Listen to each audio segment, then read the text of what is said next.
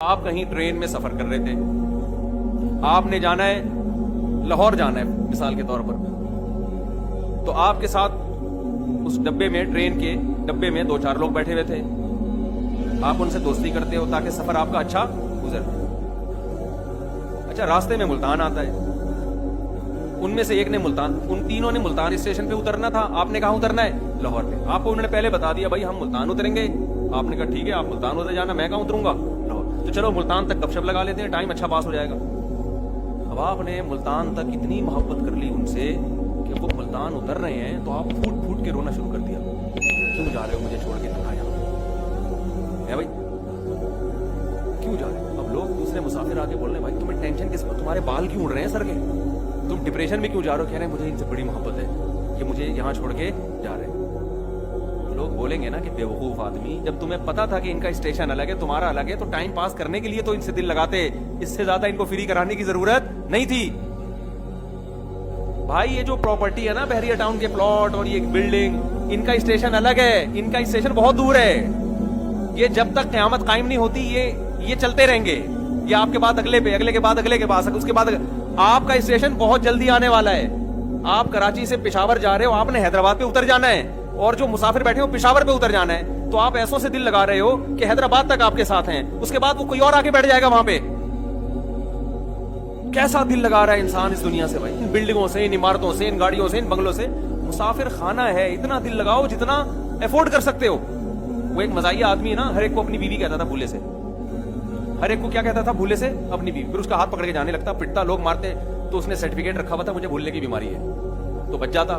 ایک دن کسی نے کہا کمبخت تو دوسرے کی بیویوں کو اپنی بیوی بولتا ہے بھولے سے، کبھی اپنی بیوی کو بہن بولا بھولے سے؟ تو نے بھولتا ہے تو پھر ہر جگہ بھولتا ہے نا آدمی، کبھی بھولے سے اپنی بیوی کو بہن بھی بولا؟ کہہ رہے ہیں ہم اتنا بھولتے ہیں جتنا برداشت کر سکتے ہیں۔ آئی بات سمجھ؟ اتنا بھولتے ہیں جتنا افورڈ کر سکتے ہیں، ایسا نہیں بھولتے جو افورڈ ہی نہ کر سکتے۔ تو بھائی اس دنیا سے محبت کرو اتنی جتنی برداشت کر سکتے ہو، کیونکہ یہ چھن جائے گی۔ احبب من شئتا فإنک مفارق، رسول اللہ صلی اللہ علیہ وسلم نے فرمایا، جبریل میرے پاس آئے اور مجھ سے کہا کہ اے محمد صلی اللہ علیہ وسلم جس سے چاہے محبت کر لو، لیکن یہ سوچ کے کہ ایک دن اس سے مجھے جدا ہو جانا ہے۔ تو بھائی دل نہ لگاؤ، دنیا کماؤ ضرور، دل نہ لگاؤ۔ دل کس سے لگانا ہے؟ اللہ سے، جس کے پاس ہم سب نے لوٹ کر جانا ہے۔ اس کا سب سے پہلا فائدہ پتہ ہے کیا آپ کو ہوگا؟ آپ دنیا میں ڈپریشن اور اسٹریس سے پاک صاف ہو جائیں گے۔ ٹینشن سب سے پہلے کیا ہو جائے گی؟ ختم۔ میں زیادہ تر ٹینشن میں دولت مندوں کو دیکھتا ہوں، آپ حیران ہوں گے دولت مند کے پاس، یہ میں حقیقت بتا رہا ہوں، مسجد میں جھوٹ نہیں بولوں گا میں، ڈپریشن اور ٹینشن کے مریض تاجروں میں، اور جن کے پاس دنیا ہے، بڑی بڑی گاڑیاں ہیں، جن کے پاس عیاشی کے سارے سامان ہیں، ان میں ڈپریشن اور ٹینشن کی بیماری غریب لوگوں سے زیادہ۔ حالانکہ ٹینشن تو غریب کو ہونی چاہیے جس وقت کھانے کو روٹی نہیں ہے کہ نہیں ہے؟ اور یہ ہمارے ملک میں بھی ہے۔ جیسے جیسے آپ دوسرے ملکوں میں جاؤ گے تو جس ملک میں ترقی جتنی زیادہ نظر آئے گی، ٹینشن کا ریشو اس میں اتنا زیادہ۔ یعنی ملک اگر ترقی زیادہ کر رہا ہے تو اس میں ٹینشنیں زیادہ پیدا ہو رہی ہیں، ڈپریشن کے مریض زیادہ ہیں اس میں۔ اس کی وجہ کیا ہے؟ بات سمجھ میں آ رہی ہے کہ نہیں آ رہی؟ وجہ اس کی یہ ہے کہ جو آدمی فنا ہونے والی چیز سے دل لگاتا ہے وہ دنیا کا سب سے بڑا بے وقوف، اور مالدار آدمی زیادہ دل لگاتا ہے مالدار دولت سے۔ غریب آدمی کے پاس ایک چیز ہی نہیں ہے تو دل کس سے لگائے گا وہ؟ دیکھو دل اس سے لگتا ہے جو آپ کے پاس ہے، جو نہیں ہے اس سے دل نہیں لگتا۔ لوگوں کو عشق ہو جاتا ہے نا کسی عورت سے، جس عورت کو دیکھا ہو، جس کے ساتھ رہا ہو، اس سے عشق ہوگا، یہ جس کو دیکھا ہی نہیں اس سے عشق ہو جائے گا۔ بھائی بادشاہ جو مصر کا بادشاہ تھا، اس کی بیوی نے یوسف علیہ السلام کو دیکھا تھا تو عشق ہو گیا نا۔ آج کی عورتیں بھی تو یوسف علیہ السلام کے تذکرے سنتی ہیں مگر عشق ہوتا ہے کیونکہ دیکھا نہیں ہے۔ جو چیز دیکھی نہیں ہے، آپ جس کے ساتھ رہے نہیں ہیں، اس سے آپ کو عشق نہیں ہوتا، چاہے کیسے تذکرے سنتے رہے یہاں بیٹھ کے۔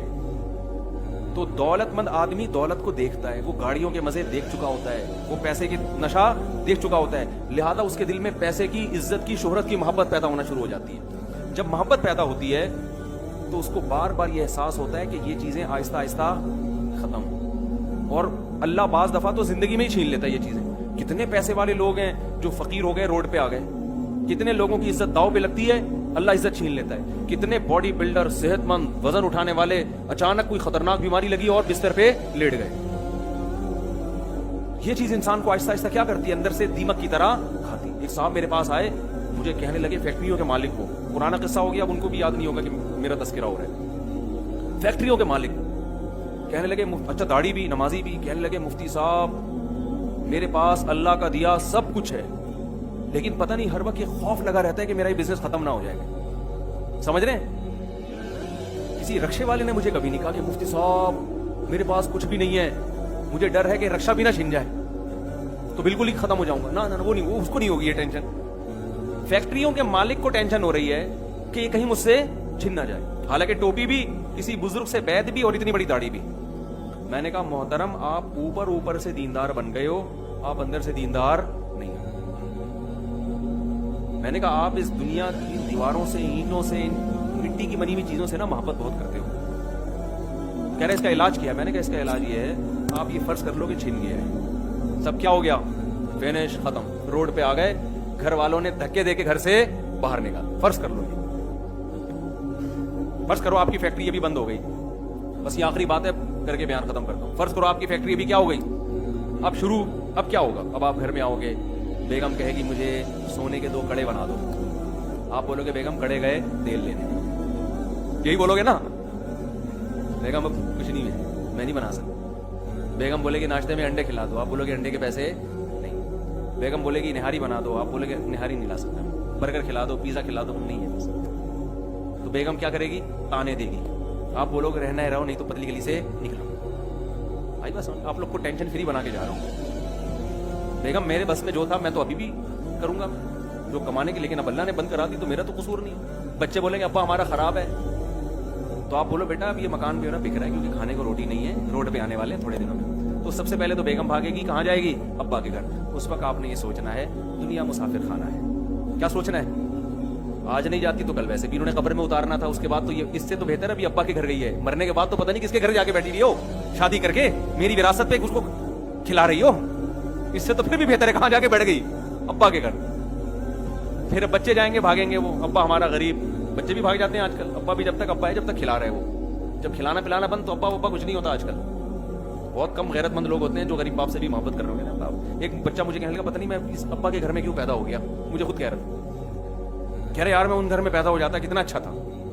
یہ سوچ بن رہی ہے. تو میں نے کہا پھر یہ فرض کر لینا بچے بھی آہستہ آہستہ بھاگ گئے, تو یہ سوچ لینا ویسے بھی دفن کرنے کے 3 دن تک ابا یاد آتے ہیں, چوتھے دن بچوں کو بھی ابا یاد نہیں ہے. وہ بھی کہہ رہے ہوتے ہیں ہمارے ابا تھے 1900 فلانے میں ان کا انتقال ہو گیا تھا. بڑی خوشی خوشی بتا رہے ہوتے ہیں نا لوگ. پوچھ ہوتے ہیں آپ کے ابا کب مرے, کہہ رہے ہیں ہمارے ابا 2005 میں مرے. ایسے بتا رہے ہوتے ہیں نا. کوئی غم نہیں ہوتا, کوئی ٹینشن نہیں ہوتی. ساری زندگی جس نے کھلایا پلایا, آنکھ بند ہونے کے بعد 2 4 5 دن پپا یاد آتا ہے.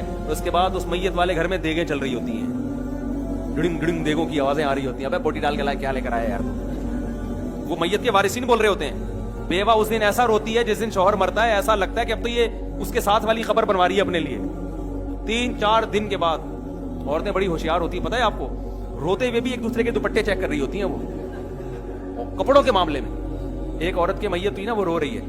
میت میں جو عورتیں آتی ہیں نا, روتے روتے ساڑیاں دوپٹے چیک کر رہی ہوتی ہیں, ایک دوسرے کی باتیں کر رہی ہوتی ہیں. ایک میاں کا انتقال ہو گیا, عورتیں یہ اسٹائل ہوتا ہے, باتیں روتے ہوتے, ہائے مننے کے ابا دنیا سے چلے گئے, ہائے ہائے بہت افسوس. ہے دوپٹہ کہاں سے لیا تم نے, ہائے ہائے ہائے ہائے ہائے بہت افسوس ہوا.